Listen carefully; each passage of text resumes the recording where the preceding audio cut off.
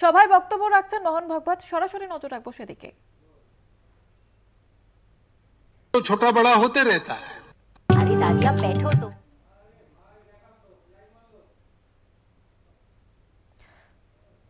বর্ধমানের ঝিঙ্গুটির সাই কমপ্লেক্সে সভা মোহন ভাগবতের আরএসএস এর তরফ থেকে সভার আয়োজন করা হয় এবং ইতিমধ্যে মঞ্চে উঠে বক্তব্য রাখতে শুরু করেছেন মোহন ভাগবত।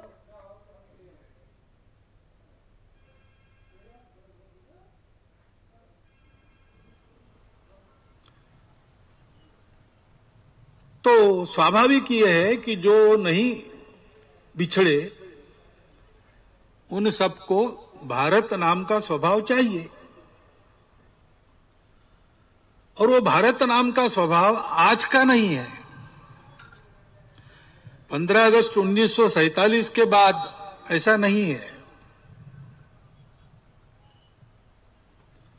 वो उससे भी प्राचीन है।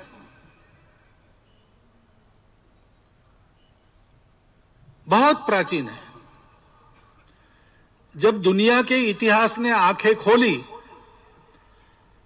तो उसने इस भूभाग पर, जिसको भूगोल में इंडो ईरानियन प्लेट कहते हैं, इस भूभाग पर रहने वाले सबका यही स्वभाव पाया। वो स्वभाव क्या है? विश्व की विविधता को स्वीकार करके हिंदू चलता है। सभी की अपनी अपनी विशिष्टताएं होती है। हिंदू जानता है कि ये विशिष्टताएं जिस एक सत्य का आविष्कार है वो सत्य एक ही है।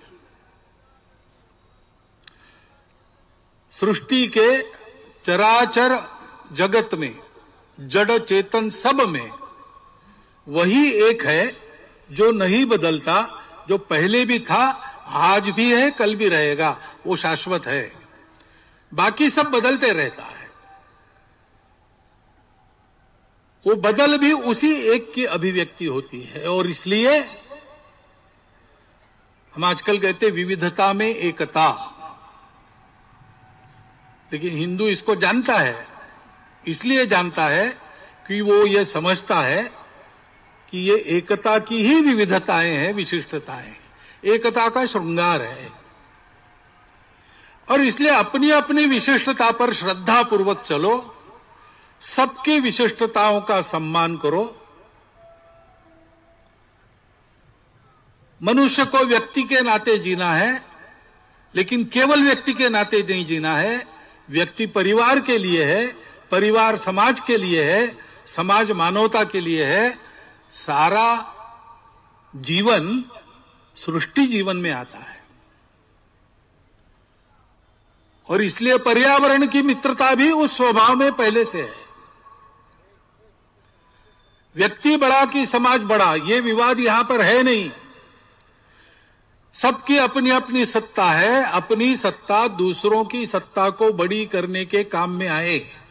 हम बड़े हों तो दूसरों को बड़ा करे, वही वास्तविक बड़प्पन है। हमारे यहां राजा महाराजाओं की कथा नहीं चलती, बहुत हो गए, कोई याद नहीं रखता। लेकिन उस राजा को याद रखते हैं जिसने अपने पिताजी के वचन के पालन के लिए 14 वर्ष वन में रहना स्वीकार किया। उसके भाई राजा की कथा चलती है जिसने 14 वर्ष तक अपने बड़े भाई की पादुका लेकर उनके नाम पर राज्य किया। 14 वर्ष के पश्चात अखंड सत्ता में रहने के बाद भी, भाई वापस आने के बाद, उसका राज्य सही सलामत उसको सुपुर्द कर दिया। हमारे यहां धनवान भी बहुत है और हो चुके हैं, लेकिन धनवानों की कथा हमारे यहां नहीं चलती। हमारे यहां उस धनवान की कथा चलती है जिसने अपनी गाढ़ी संपत्ति को राणा प्रताप को स्वतंत्रता के संघर्ष के लिए अर्पित कर दिया। कौन कितना कमाता है हमारे यहां उसका महत्व नहीं है। पूरे भारतवर्ष में एक ऐसे व्यक्ति का नाम चलता है जिसने एक पैसा नहीं कमाया, जो कहीं पर चुनकर नहीं आए, जिनकी माता जी की चिंता करने के लिए खेतड़ी के राजा मनी ऑर्डर भेजते थे, ये चिंता नहीं कर सकते थे, ऐसे अकिंचन थे। लेकिन उस स्वामी विवेकानंद का नाम सारे भारतवर्ष में चलता है। ये स्वभाव है तब भारत है, ये स्वभाव नहीं है तो भारत नहीं है।